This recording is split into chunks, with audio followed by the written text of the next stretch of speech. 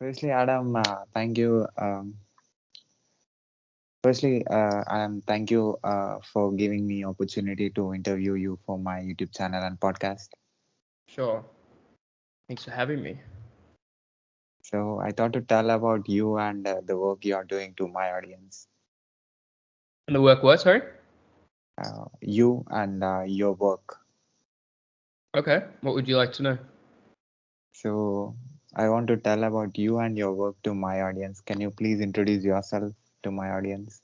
Sure. My name is Adam. I'm an entrepreneur, the founder and CEO of a company called Speedlancer, which is a freelancing marketplace platform. Instead of hiring an individual, you can purchase a pre-made workflow from us, and that routes out tasks to dozens of freelancers in a certain order. We specialize in delivering marketing campaigns and such. I started as an entrepreneur when I was 11 or 12 selling toys on eBay. And when I was 14, I had a e-commerce website way before Shopify and Stripe, and we became the biggest site in our niche. So we had 500,000 visitors a month coming to the site, and it was totally bootstrapped. And that's how I got into the world of freelancing and hiring people. Since when I was in high school and university, I couldn't hire people to sit next to me and do work. So what made you to put this name? Speedlancer? Yes. I mean, it's like fast and freelancing, so it sounds a bit like freelancer. Awesome. So, how you said that it came before Shopify. So, what made you to start it at the age of 11? That was my e-commerce website. Well, I was using eBay the first instance, and then I progressed onto creating a custom-built platform because eBay just wasn't really doing it, and they didn't have the audience for our products necessarily. So all of our traffic was coming from Google, and we needed to have our own web presence. So I think sometimes one thing just leads to another if you're open enough to see it that way. Like sometimes an opportunity presents itself and you can either say yes or no. And it's terrifying to say yes. Like right now we're launching a SaaS product, which I've never done before, software as a service. And it is terrifying to launch something new. But we're doing it. So yeah, it's an interesting entrepreneurial experience launching something new. So you give workforce to the companies. Sorry? You give workforce to the companies. Yeah, that's what we do at Speedlancers. We're helping companies access an on-demand workforce, freelance gig-based workforce, instead of having to hire an individual full-time. They can purchase a campaign from us. It routes out the tasks to our network of freelancers, and then we get it done. So any company from any part of the world can do that. Yeah, anyone can hire freelancers on our platform using Speedlancer, yeah. So what is the process? So we concierge everything. So you speak to one of our concierges, tell us about the campaign or project that you need done. If you're a marketing agency or a marketing team, those are who we help the most. It could be a content marketing campaign, a thought leadership process, webinar production, podcasting, where we do the editing, transcribing, captioning. Then we have people coming in, listen to the podcast, writing blog posts about them, creating social media snippets around them, helping to syndicate it out. So that's like one example, but we have dozens or probably over 100 different types of workflows that companies can order from us. So how many companies are using your service?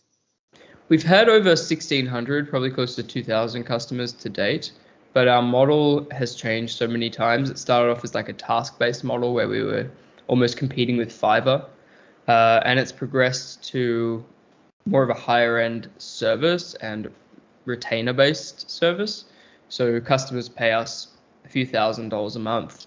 And so we have substantially less clients now than 1,600, unfortunately, but hopefully one day we will get there. Awesome. So how many people are working in Speedlancer? We have about 500 freelancers on our platform. Not all of them are active, and what we're finding at the moment is because of the COVID situation, the workforce is drastically changing. So our methods of hiring and recruiting freelancers has to change. So we're currently in the process of working that out, which is a good challenge, I guess. It means we've got enough work that we need more freelancers, but at the same time, it's not the ideal challenge either. So you said you're giving in different for different purposes for the company needs. Uh, so web-based projects, leadership, or podcasting. So which niche? I mean, which one have more? Uh, I mean, which one have more needs for the companies? We do a lot of content marketing work. I think that's a really good one for us. That's something where companies enjoy using our platform because we're able to assemble a team.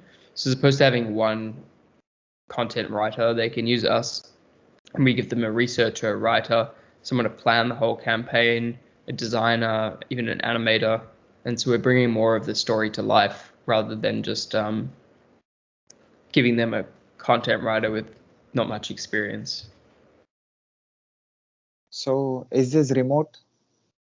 Yeah, everything's remote. Yeah. So how people will connect with you? How companies will connect with you? So we have an integration with Slack. Customers come to us, they install our Slack integration, and they can connect with the freelancer directly through our integration. That's actually the basis for the SaaS application that we're building. It's this automated project management tool, which we'll be announcing in a few months' time once we're ready to launch. And that's going to be able to put your business on autopilot, manage your whole team, remote team, and also connect people across various platforms. So from tools like ClickUp through to Slack and Skype and Microsoft Teams and WhatsApp or Rike and any project management tool that companies want to use, Trello, it'll connect them through the worker directly, no matter what platform anyone is on. So that's what we're working on. And that's what we use at Speedlancer as well. It gives people access to freelancers in no matter what platform they wish to use us on. So how much time you take to give the workforce to the company? How much time does it take to give when someone wants to hire someone, how long does it take to access that person? We're Yes. typically pretty instant because we like to stay ahead of our demand with supply or freelancers. So we should always have someone available unless the request is really random. But we're also getting better at recruiting on the fly for various types of random needs that companies might have. And how you hire your candidate? So we typically have an inbound supply of freelancers. So we have thousands of people in our queue. Having said that, as I mentioned, our needs have changed, so we're constantly looking at new ways of recruiting. And so that's something that we're contending with now for the new year. So how you are able to reach millions of people? Well, there's the question of we're two-sided marketplace. So how do we reach millions of customers, and then how do we reach millions of freelancers? I think that the freelancers will come as the customers come. It's just a matter of how much you pay people at the end of the day. If there's work, there'll be people to do the work. So I'm less concerned about the supply side existentially. The demand side is always the challenge. So we need to reach the inflection point, making sure we're getting overwhelmed with leads, making sure we're building a really good product that's really accessible. So I think it will happen with our software actually. If enough companies use our software as the SaaS solution to manage their teams, then they might start using Speedlancer as an integration through that without needing to have heard of us through other means. So yeah, I think that's a potential possibility in terms of a bridge into companies. So what is the response that your clients are getting after taking your service? So we have like a 94% satisfaction rate on every task. So every task that comes through, 94% of the time, it's a 4 out of 5 rating or above, which I feel is very strong. And that's a testament to the quality of our talent, the team, and the workflows themselves.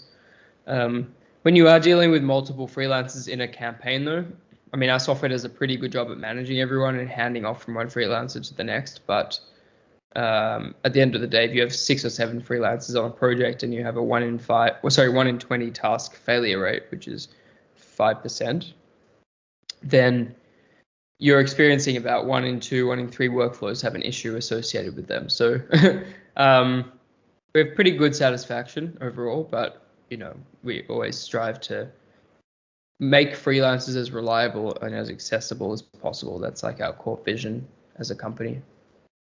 So where this business understanding came for you in the age of 11?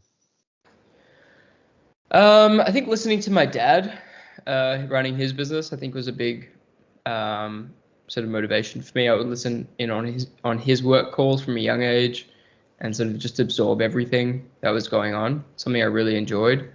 But I think other than that, it's probably just in my blood or something. It's my form of creative outlet, as strange as that sounds. It's like a massive game.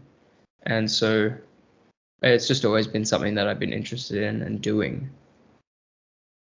So what you understood after implementing your thoughts for the first time? Implementing my thoughts for the first time, as in Yeah, as a creative outlet into business. Is that what you mean? yes, exactly. Well, I think the good thing about e-commerce in particular as a way to start, and maybe even for kids to start with the support of their parents. I've never properly articulated this. It's a good question. I think the benefit of e-commerce is you can buy and sell and get an immediate feedback loop. You've got a product. Is the product valuable? Is your pricing right? Is your marketing right? It's really only those like 3 core questions. And so if you buy a product and you sell it for a profit, you get a very quick lesson, very quick turnaround. If you're holding on to stock for a long period of time, well, you're not making money on it. It's probably not, one of those 3 things is not 100% right. So I think it's a really good way to start, as opposed to the form of entrepreneurship, which is creating your own product where you've got an extra thing to contend with. It's not just your marketing. It's not just your price point. It's not just the quality of the product. You don't know the quality of the product before you release it. You don't know if there's product market fit. And that's a very difficult thing to be, not just an entrepreneur, but an inventor. I think that's almost the ultimate challenge. Yeah. So which country is using your service more?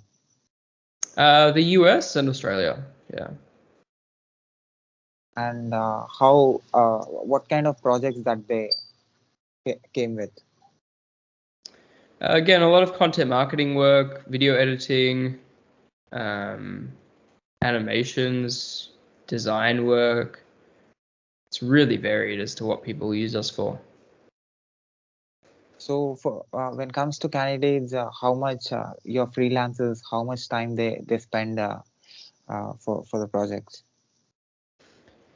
We do everything pretty task-based, so we like to break things down. We don't exactly monitor how much time a freelancer is spending on a project. That's just not our KPI.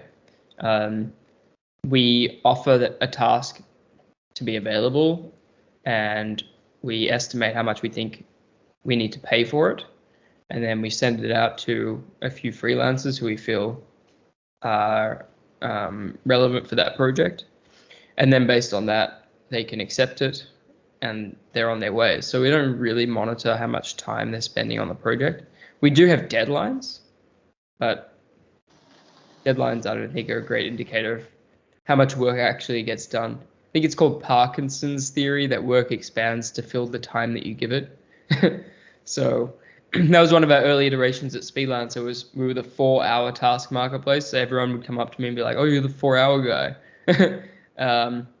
And I have no idea how that stuck in their head.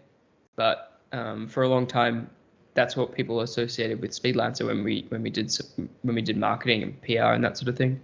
And the theory behind 4 hours was if you give people 4 hours of work to do 8 hours of work, they can actually get it done. If you give them 12 hours of work to do 8 hours of work, it's going to take 12 hours. And I think we were right in some respects about that. But from a marketing perspective, customers didn't appreciate it. They wanted people to spend 20 hours on their task, not 4, even though the outcome was the same a lot of the time.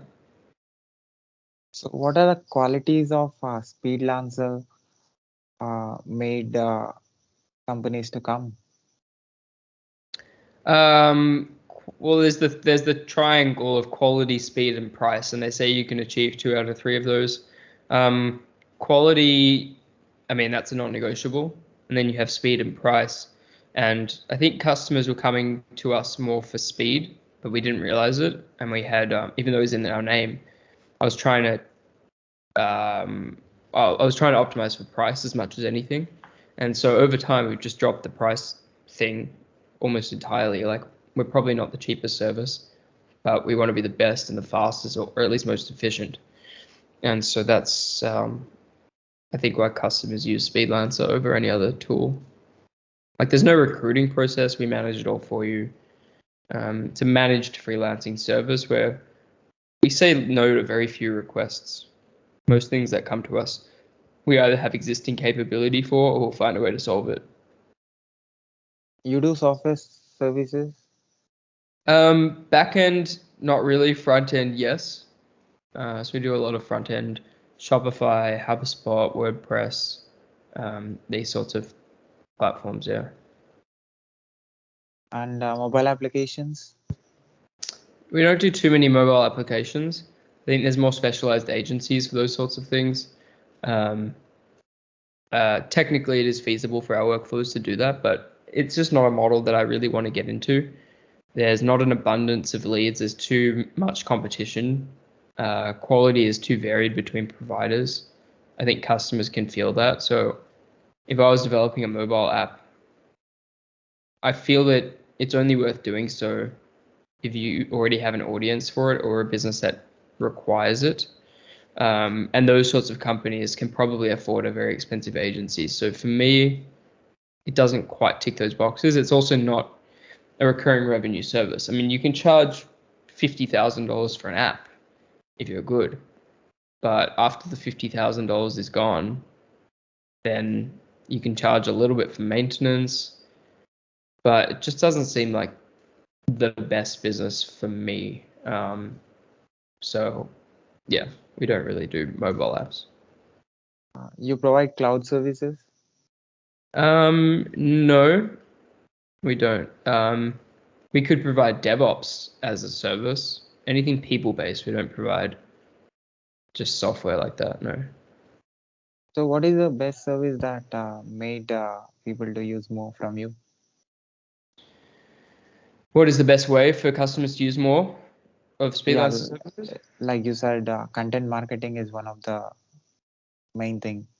Yeah, like we call it creative execution. So any form of creative work that companies need executed on, it would be a great use for Speedlancer.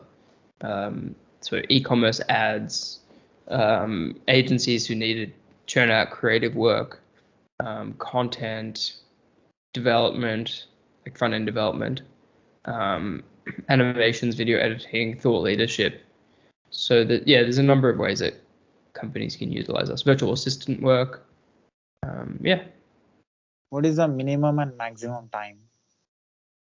We charge minimum $500 a month and maximum, I mean, a few $1,000s a month. So yeah. Differs from project or We don't do project-based work really. It's all on some form of a retainer. it's like part of the work. Yeah. Okay. So what are the things that people don't know still about Speedlancer? I think that's most of it, really. I mean, if you're a marketing agency or a marketing team and you need on-demand services, Speedlancer is a really great addition or extension of your team. That's why I developed it, because I was in the outsourcing game from an early age, and I saw that people don't know how to leverage freelancers. So using a platform like Speedlancer, I think can only add to your team for a very minimal cost. And I think that's kind of an essential thing to have when you're starting a new team, or you have an existing team and you want to take it to the next level. And I think that our software is going to enable companies to operate far more efficiently than they've ever seen. So we're really excited about that. We've got an amazing CTO who's a professor of AI with 150 published AI papers. So we're really excited about our SaaS software and to see what types of companies utilize our software to run their teams on autopilot more, which is going to be really interesting to see. Content marketing, video, audio, or text? Sorry? Which content? What do you mean? You said content marketing. Is that video Oh, or what audio? format?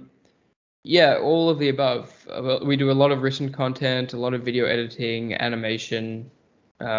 We do audio like podcasts, so kind of any content format. Yeah. And you Sometimes we work mix on them all together in a campaign. social media too. Yeah, I mean everything's part of social media. People say, "What about SEO?" Well, anything you push out there is going to be SEO. It's going to be useful for SEO. It's going to be useful for social. It'll be useful for all of your marketing activities, case studies to send to clients. It helps with sales. I mean, content is kind of everything these days. What's the best quality compliment that you got for the service?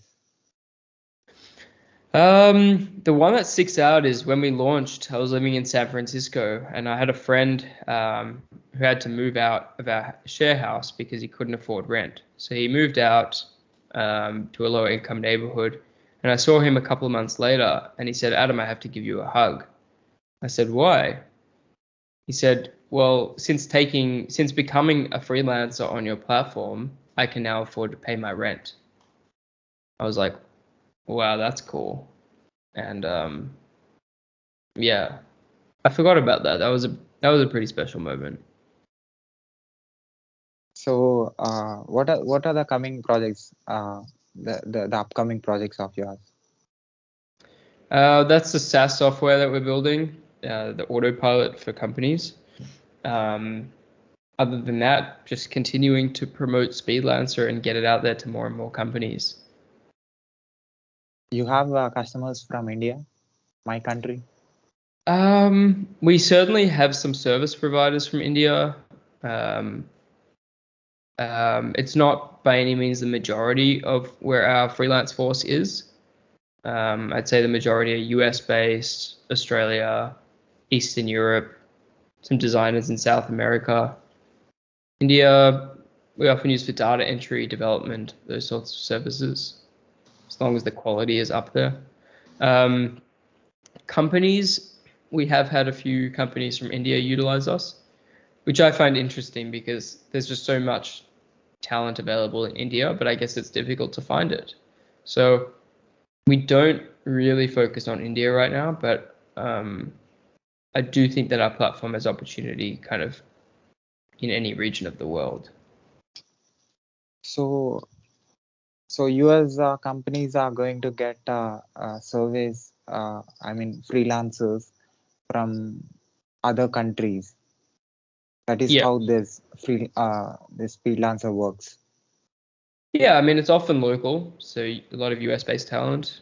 Just depends on where the quality talent is, like if we need a content marketer, I mean, they have to be native English. So they're probably going to be US based or Australian or wherever the client is for local knowledge. Designers can be anywhere. We don't really mind or discriminate as long as their portfolio is really top notch. Developers, again, like we don't mind where they're based as long as their English is very good, they're reliable, their quality is up there, their pricing is reasonable. So yeah, it just really depends. You give tech support. No, we don't specialize in that. No. Okay. So coming to the payment, you said about the charge that you put for companies. What about the freelancers? What was the question? How much you pay for freelancers? I mean, it's hard to quantify because we do a lot of task-based work, but I mean, a task can be up to $1,000. It can be a few $100s. It can be $50. It can be rarely, I mean, $20 if it's a tiny editing task or whatever. But um, yeah, it just really depends. I mean, I think often we pay upwards of like $50 an hour if you put it like that. Just depends on what the market dictates is needed for a project. So everything happens in your website. On our platform, yeah, not necessarily the website. We have an integration, a Slack integration, and our team concierges everything. So everything happens through our platform. Yeah. Are you a part? Are you a podcaster too? A podcaster? Yeah. I do have a podcast. I don't do enough. I'm not tenacious like you are. I have a podcast with maybe like 10 episodes on it, and I get lazy. Yeah. So you help even for podcasters.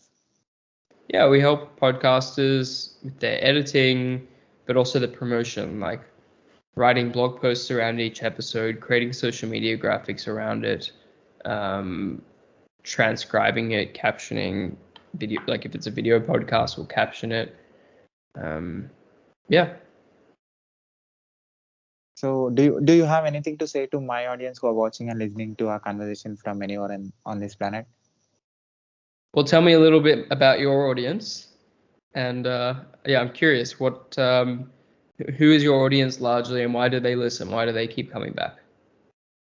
Uh, myself, I'm a software engineer. I did a master's in software engineering and graduation in computer science and engineering. I have more than 40,000 followers in all the social media platforms, and I took more than 400 plus interviews of different country people who are into different professions. But from last 3 to 4 months, I'm taking only technical professionals who are into cloud, AWS, Microsoft, Google, all platforms. Mainly, I'm focusing these days on technical people, and you come under the technology. So my followers, because I have a tech background, so all my followers are tech, mostly 90%. Very cool. Um, yeah, I mean, I would be yeah, that's really cool and interesting. I don't know of too many influencers focused on like purely the tech engineering space, so I think that's a really cool place to be in. Any advice for your followers? I mean, I think now is the time to just try to launch things on the side. I think it's always scary. I think there are ways of eliminating risk, like lowering how much capital you have to spend on a project and increasing your mindset or expanding your mindset as to what you can gain from a project. Like you can gain a network, you can gain soft skills, life experience. It doesn't need to purely be financial goals. And I think when starting something new, it's nice to sort of align yourself with, okay, why am I doing this? Is it to get rich? Okay, that's great. But what if you don't? And so that's why I suggest lowering the downside and sort of expanding the upside potential, so that really it's a no-brainer to start something new. Um, Especially if you're coding it yourself, you can only gain resume experience and such. So yeah, that would be my advice as a non-technical person who surrounds myself with technical people, Mhm. and who has always worked with engineers. I've hired my first engineer when I was 14. So I've worked with engineers for years now, and it's always interesting. I describe it like walking around the street as a blind person. I can get around, but it's not ideal. Awesome. So I'll put your website link in the description of this video. People who finds our video and can see your work and the service that you're providing. Perfect. Sounds great. Thanks Also, for I'll having me. put on Also, I'll put on the screen your website. People Okay, can see it. Yeah. fantastic. Cheers. And have you seen any videos of mine on YouTube? Not yet, no. I'm excited to become a follower. I'm also on podcast. So as a entrepreneur, what do you say? Because you're working from since 11. You became a businessman. You understand the international business. So as an observer, me talking with different country people who are into different professions, having a technical background, if I want to work in tech in coming days, how this experience is going to, like, great people like you who are already in the industry, trying to understand what you people are doing and trying to show to my audience all these information, how this is going to help for me in tech industry if I work. To help you personally? Yeah. Well, I think the number one thing is just adding value to people, connecting them. You've got a vast and varied audience, but also a interviewer base. So with you, you're spending so much time speaking with everyone, you can then become a connector. Whether it's a venture capitalist, an advisor, a CTO type person. One of your benefits is you're a programmer who can talk to people. And I've always said, programmers who can talk to people, you must not underestimate your value in the market. Because if you're an engineer, the vast majority of engineers, not to stereotype, I'm just saying, like, the types of people who sit in front of their computer who are very good engineers cannot necessarily talk with people.